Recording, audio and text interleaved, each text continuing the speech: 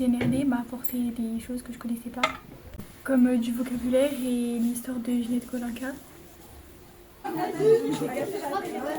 La Shoah, c'est le génocide des Juifs. Bon, ça donne quoi? Moi, c'est un peu trop compliqué.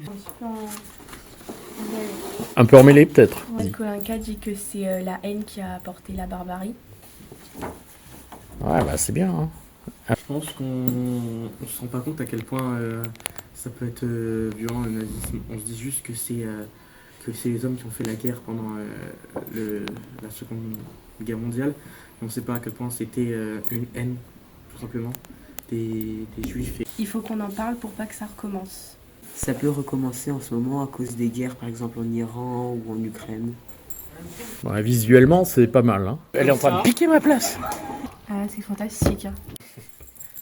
C'est bien fait là. Bravo, Eva. Ah, merci. Les messages. La vie d'après, un poème écrit par Eva Gabard. Survivre des profondeurs extrêmes des camps de la mort, revenir seul, méconnaissable dans un corps meurtri qui ne sera plus jamais celui d'avant, un esprit incapable d'oublier les horreurs, les souffrances, l'impensable. Libre de respirer à nouveau cet air sans particules, nous, les rescapés, dans cette chance inespérée de seconde vie, loin de ces terribles années noires.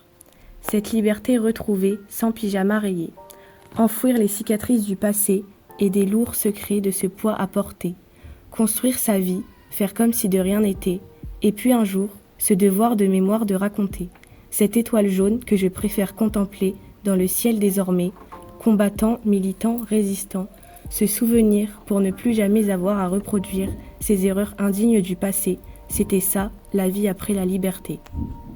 Je pense que ce poème reflète à peu près très bien la réalité qu'a été les camps de la mort et le poids de vivre avec.